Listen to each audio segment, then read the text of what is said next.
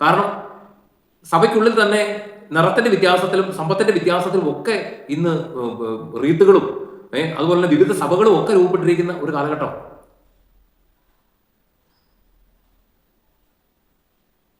മനുഷ്യന്റെ രക്തത്തിൽ അലിഞ്ഞിരിക്കുന്ന ആ ഒരു വർഗീയതയും ആ ഒരു ജാതീയതയും ഇവയൊന്നും മാറ്റിയെടുക്കാനായിട്ട് ദൈവത്തിന് പോലും അസാധ്യമാണെന്നുള്ളൊരു ഒരു പരമാർത്ഥ സത്യമാണ്. നമ്മളെല്ലാവരും ക്രിസ്തുവിനെ ആരാധിക്കുന്നു, പൂജിക്കുന്നു, സ്നേഹിക്കുന്നു. പക്ഷേ ഒരു എന്നാ പറയണ്ടേ, കുടുംബപരമായിട്ട് പാരമ്പര്യപരമായിട്ട് കുടുംബ മഹിമയുടെ ഒരു മേഖല അങ്ങനെയൊക്കെ ഒരു വിഷയം വരുമ്പോഴത്തേക്കിനും ഈ ക്രിസ്തുവൊക്കെ ശരിക്കും പറഞ്ഞാൽ ജീവിതത്തിൽ നിന്ന് പുറത്താക്കപ്പെടുന്ന ഒരു അവസ്ഥയാണ്, മാറ്റി നിർത്തപ്പെടുന്ന ഒരു അവസ്ഥയാണ്. താണജാതിക്കാരനെ ദരിദ്രനെ ഒക്കെ ഉൾക്കൊള്ളാനും സ്വീകരിക്കാനും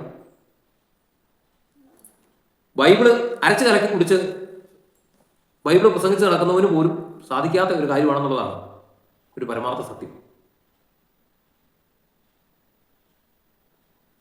എന്നിരുന്നാലും പരിശുദ്ധാത്മാവിന്റെ അഭിഷേകം സ്വീകരിച്ച ഒരു വ്യക്തിയിൽ ഈ അവസ്ഥകളൊന്നുമില്ല കേട്ടോ. ഈ അവസ്ഥകളൊന്നുമില്ല. പരിശുദ്ധാത്മാവിനാൽ നിറഞ്ഞ പരിശുദ്ധാത്മാവിന്റെ അഭിഷേകത്തിൽ ജീവിക്കുന്ന ഒരു വ്യക്തിക്ക് അവന്റെ മുമ്പിൽ ധനവാനെന്നോ ദരിദ്രനെന്നോ പിന്നെ ഇതുപോലെ തന്നെ കറുത്തവനെന്നോ വെളുത്തവനെന്നോ ഒരു വേർതിരിവുമില്ല.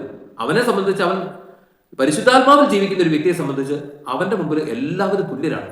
പക്ഷേ അങ്ങനെയുള്ളവര് മൊത്തം എണ്ണിയാൽ ഈ 10 പേരെ പോലും തികച്ചെണ്ണാനില്ലെന്നുള്ളതാണ് പരമാർത്ഥമായ മറ്റൊരു സത്യം. അതുകൊണ്ട് പ്രിയപ്പെട്ടവരെ, നമുക്ക് നമ്മളെ തന്നെ ഒന്ന് ആത്മശോധന ചെയ്യാം. നമ്മുടെ ഉള്ളിൽ ഇങ്ങനെയുള്ള ഇപ്പം ഞാൻ ഈ നേരത്തെ പറഞ്ഞ പോലത്തെ എന്തെങ്കിലും തരത്തിലുള്ള സന്ദേഹങ്ങൾ ഉണ്ടോ എന്ന് ഒന്ന് ആത്മശോധന ചെയ്യാം. ഉണ്ടെങ്കിൽ അവയൊക്കെ പൂർണ്ണമായിട്ടും നീക്കിക്കളയാം. ക്രിസ്തുവിന്റെ ശരീരത്തിന്റെ അവയവങ്ങളാണെന്നുള്ള സത്യം നമ്മൾ ഓരോരുത്തരും, ഏത് വ്യക്തിയും, അതായത് ധനമുള്ളവനും ധനമില്ലാത്തവനും കറുത്തവനും വെളുത്തവനും സൗന്ദര്യമുള്ളവനും സൗന്ദര്യമില്ലാത്തവനും ആണും പെണ്ണും എല്ലാവരും ക്രിസ്തുവിന്റെ ആ സഭയാവുന്ന മൗതിക ശരീരത്തിലെ ആ അംഗങ്ങളാണ്, അവയവങ്ങളാണെന്നുള്ള ആ ഒരു സത്യത്തെ സ്വീകരിച്ചുകൊണ്ട് ഏക മനസ്സോടുകൂടി മുന്നോട്ട് പോകാനായിട്ടുള്ള കൃപയ്ക്ക് വേണ്ടി നമുക്ക് ഈശോയോട് പ്രാർത്ഥിക്കാം. പരിശുദ്ധാത്മാവിന്റെ പുതിയൊരു അഭിഷേകത്താൽ നിറയാനായിട്ട് നമുക്ക് ആഗ്രഹിച്ച് പ്രാർത്ഥിക്കാം. സഭയ്ക്ക് എന്തെങ്കിലും തെറ്റ് പറ്റുന്നുണ്ടെങ്കിൽ അത് പരിശുദ്ധാത്മാവ് അതിനെ പരിഹരിച്ചോളും. നമ്മൾ അതിനെക്കുറിച്ച് ഓർത്ത് അസ്വസ്ഥപ്പെടേണ്ട, വിങ്ങണ്ട.